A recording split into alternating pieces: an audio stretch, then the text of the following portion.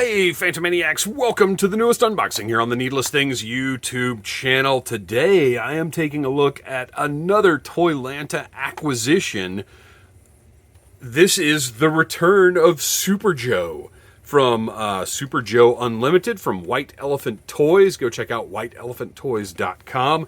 If you don't Google Super Joe, that's all I'm going to say, because I am not by any means a Super Joe expert. Super Joe is part of the continuity of the G.I. Joe brand. It came between the original 1/6 scale G.I. Joe figures and Real American Hero when Hasbro was basically trying to compete with Mego, the world's greatest superheroes and everything else, that all of the other incredible things that Mego did in the 70s and I guess early 80s as well. But we ran into the gentleman behind the brand at Toylanta, and myself and Christian could not help but buy a Super Joe. Matter of fact, this was my first purchase at Toylanta. You can see on the side of the box there are some other characters, some available now, some on the way. I think Christian got Agent X. I kind of, like, I've already got the Atomic Mike figure from Strike Force Alpha, so I sort of wanted Atomic Mike, but this gray bearded gentleman just seems like he's the leader in some way. And again, I don't really know anything about Super Joe. And then on the back, what better than an armored up human punching out some creepy weirdo creature? I love it. So let's open this up. We've got a nice window box here with a cutout panel. No tape or anything, because this is for ages 12 and up. A adult collector item. The adventure continues.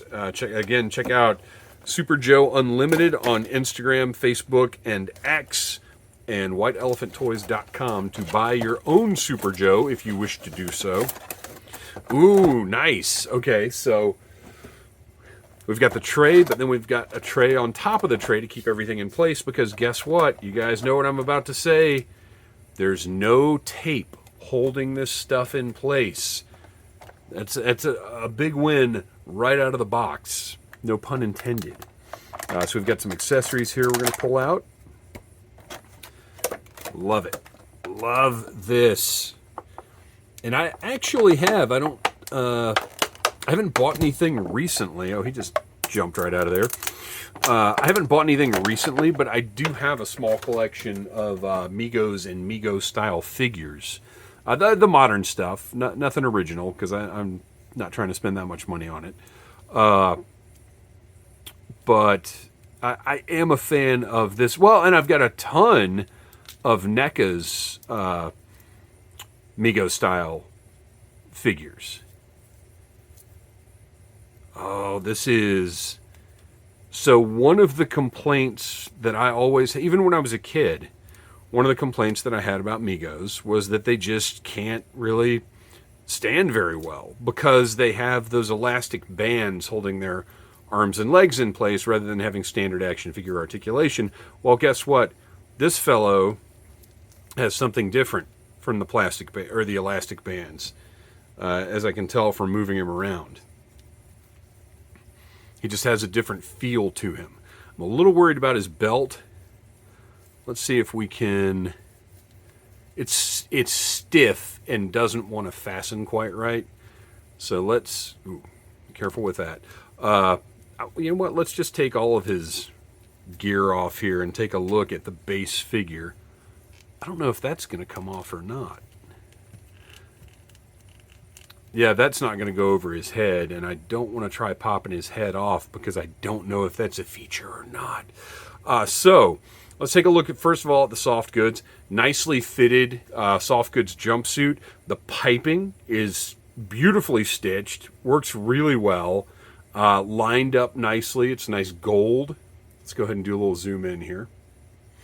It's nice gold, and then the tampo on his chest is quality. This is not, if you had Megos when you were a kid, those stickers would come off sometimes. This is a nice tampo that's like screen printed onto the fabric, basically. Very nicely detailed. Looks great. And then his chest plate here has that same emblem. I love these rivets on it. He's got a this is all a very Flash Gordon look. I know I've had a lot of Flash Gordon talk on the channel lately, but it seems like that aesthetic is, I don't know that it's making a comeback, but it seems to be inspiring a lot of things. I love this like Cyberman looking rig on his back. And I will tell you right now, again, I am not a Super Joe expert. So if this is recreating an existing look, which I would assume it is, I don't have a reference for that look. I certainly don't have the original figure, but I'm just judging this figure on its own merits for how cool I think it is. So articulation-wise, it's all the same articulation you would have with a standard Mego, but sturdier. So he's got your shoulder, pivot and swivel. Elbow, he's got a swivel at the top of his elbow. And then the wrist has a swivel. Really nicely articulated. He's got a waist swivel. And then we saw the hips move earlier. He can get, oh, look at this. He can get a nice seated, I'd like to have a conversation with you kind of pose. And then the portrait, which I haven't even really looked at yet. But, I mean, it's a classic G.I. Joe type head with a beard and a dashing silver fox look. Easily repaintable to perhaps be a younger character or younger version of, you know what? I didn't even look at, what is this guy's name? I didn't care. I was like, oh, give me that old bearded guy. Does it say his name? I do not see a name, unless this is just Super Joe. Maybe there's a young and an old version of Super Joe. I have no idea, but I like him. Dashing. All right, let's stand him off to the side here and take a look at this belt and see if we can't get this situation remedied. So first of all, the belt is cool. Nice standard utility belt. Batman 66 style with the pouches on it. You've got double pegs here. And it might just take a little heat, a little TLC to get this on the figure pegged in securely. As you can see, just because of the way it was in the box, one of the pegs is kind of canted off to the side. Because the whole problem, of course, is it needs to fit snug, but it also has to, sorry, I'm getting off camera there trying to focus. But, it also has to go flat for the buckle to fasten correctly. So it does fasten. So now it's going to be a matter of getting it to do this on the figure, which I'm not going to waste a ton of time doing. But we'll give it a shot right now and see what we can get. All right. Again, if it doesn't go right on this time, what I'll probably do is just give it a little heat after I'm done with the review.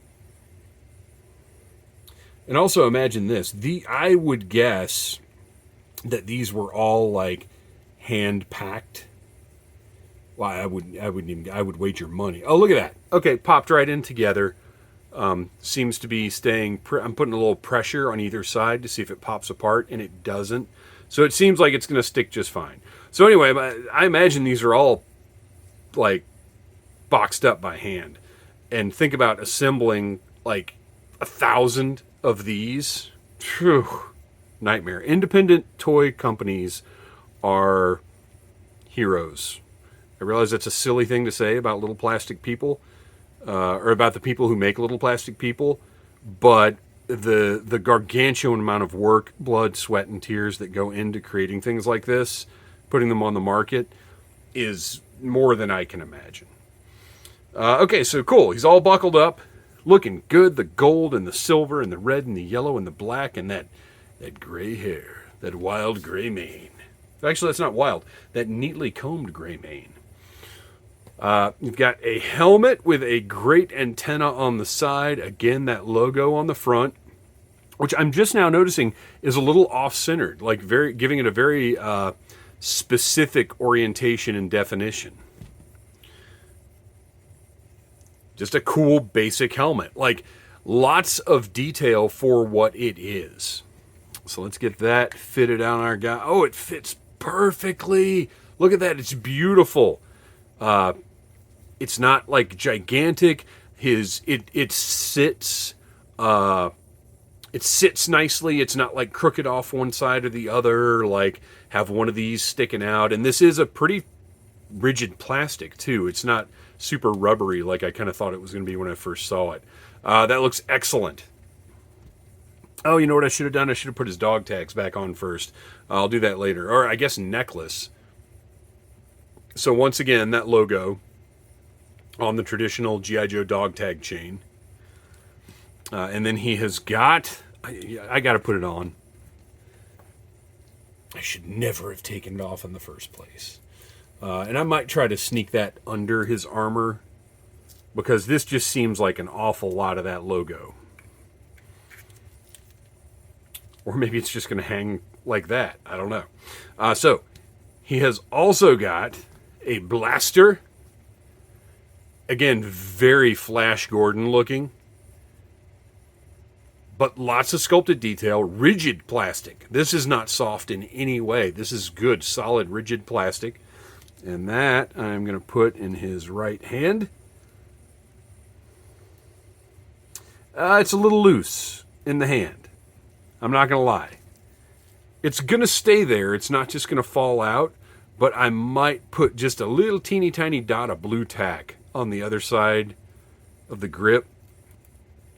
Just to keep it in place. Because it's... See, he's not going to drop it, but it just doesn't... It's a little looser than I'd want it to be. Or potentially I could heat the hand up and make the hand a little more snug. Maybe that's a possibility. Or, let's try this, is the left hand... No, that's no better. Okay, I was wondering if maybe the left hand was the pistol hand, but that would be silly. But the knife... Oh, the knife does... So the knife is perfect. The knife works really well. Oh, I love it. He's great. Now, look, don't get me wrong. This is not a collection I'm going to, start, really. I love this guy. I love him as a novelty. I love him as part of the history of G.I. Joe. And he's extremely well executed. And you know what? I'll buy one of the monsters if I come across one. Hopefully I will run it. Well, hopefully we'll have the gentleman behind these on Audible Interlude, a G.I. Joe podcast, available wherever you get your podcasts, sometime pretty soon. But yeah, hopefully I'll run into him in person again, and I would love to buy at least one of the aliens or creatures or whatever those things are, because I do need somebody to go up against this fellow. This is a great, just science fiction-y. Like I said, the Flash Gordon influence is obviously there. This was a great purchase. I am very happy with it. Thanks for watching. Please like, subscribe, share, tell your friends about Needless Things. I love reviewing toys. I'll do tons of modern stuff. I just love finding cool, interesting toys and talking about them. So until next time, Super Joe. Smash that like button if you like Needless Things.